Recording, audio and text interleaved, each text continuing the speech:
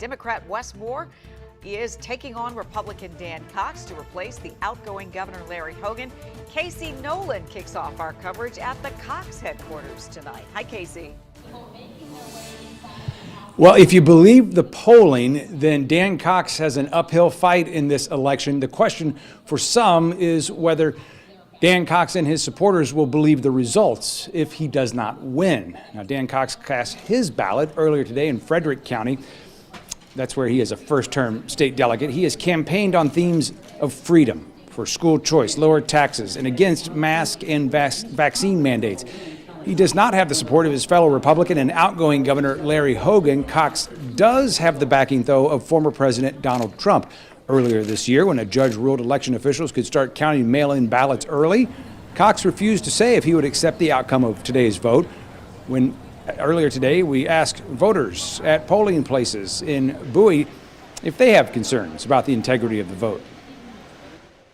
I try not to think that way.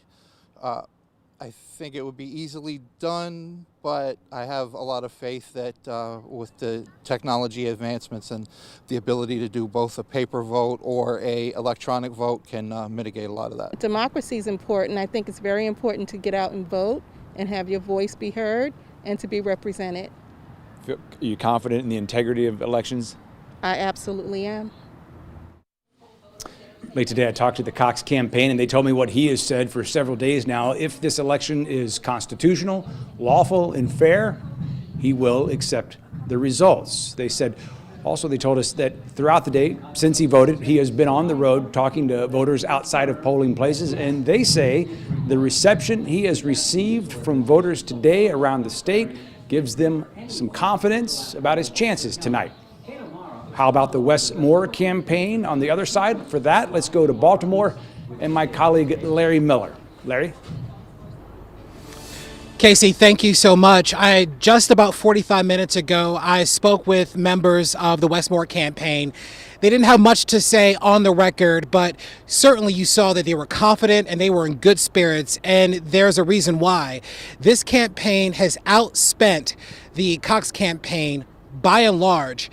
In addition to that, they fundraised a lot more money than the Cox campaign. And in addition to that, this campaign has spent its time traveling all across the state, from the far western side to the state to the eastern shore as well, visiting all of Maryland's 23 counties, doing whatever they can to flip votes and to turn out Democratic voters.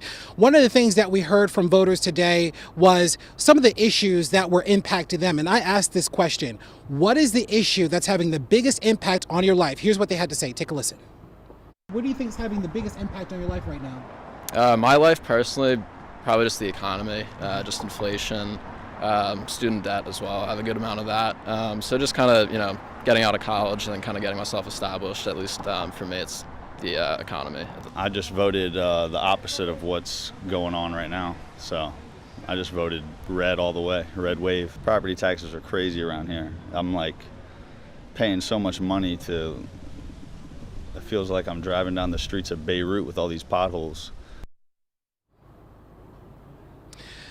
Some other issues that we heard about today: the economy, specifically inflation. It's having a huge impact on people's wallets.